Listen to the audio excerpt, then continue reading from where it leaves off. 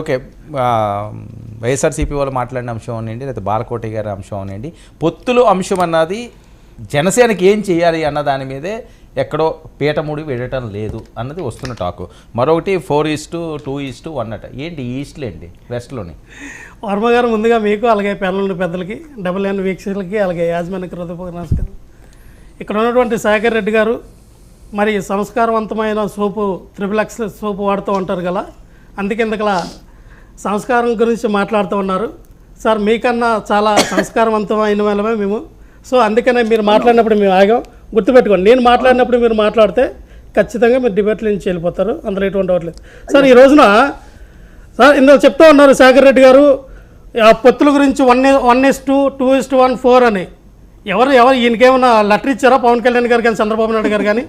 ఈయనకేమో బాబు ఈ పార్టీకి ఇన్ని టికెట్లు ఇస్తున్నాం, బీజేపీకి ఇన్ని ఇస్తున్నాం, జనసేనకి ఇన్ని ఇస్తున్నాం అని ఈయనకేమైనా మెసేజ్ పెట్టారా ఏంటి? ఈ రోజున ఒకటే సార్, రాష్ట్ర విస్తృత స్థాయి ప్రయోజనాల కోసం జనసేన, టీడీపీ, బీజేపీ కలవాలని, దాని గురించి ఎవరు కూడా ఎక్కడ కూడా భిన్నాభిప్రాయాలు మీరు మాట్లాడొద్దని పవన్ కళ్యాణ్ గారు మాకు చెప్పడం జరిగింది. ఎందుకంటే ఖచ్చితంగా చర్చలు అనేది జరుగుతూ ఉన్నాయి. అవి మరొక 10-15 రోజుల్లో మొట్టమొదటి మా జాబితా అనేది విడుదల చేయడానికి సిద్ధంగా ఉన్నామని పవన్ కళ్యాణ్ గారు మాకు సూచించారు. ఎందుకంటే వాళ్ళు సింగిల్గా వస్తున్నారు కాబట్టి వాళ్ళకి ఎటువంటి అభ్యంతరం లేదు సార్. వర్మ గారు వాళ్ళ అభ్యర్థులు ప్రకటించుకుంటారు, లేదా స్థానభ్రమణం చేస్తారు, లేదా ఏదో జంబ్లింగ్ విధానం తీసుకొస్తారు.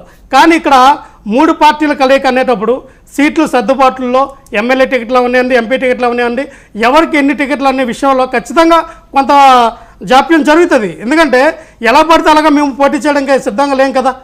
ఖచ్చితంగా మేము ఆశ్రములుగా లేవండి.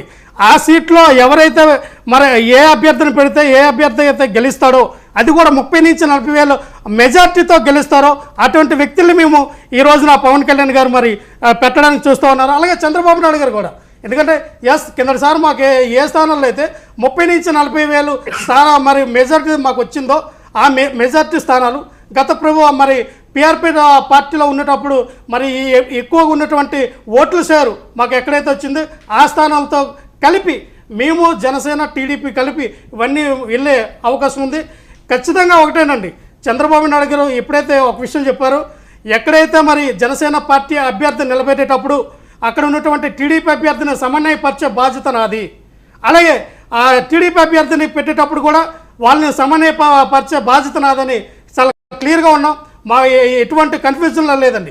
శేఖర్ రెడ్డి గారి దగ్గర మీరు మాట్లాడుతున్నారు ఉత్తరాంధ్రని మీరు డెవలప్మెంట్ చేశారని. ఉత్తరాంధ్రని ఎలా డెవలప్మెంట్ చేశారు చెప్పండి. నేను ఒక ఉత్తరాంధ్ర వాసుగా చెప్తా ఉన్నా. మా చీపురుపల్లి నియోజకవర్గంలోనే సారా అమ్ముకున్న సత్యబాబు ఈ రోజున ఎడ్యుకేషన్ మినిస్టర్ అయ్యాడు.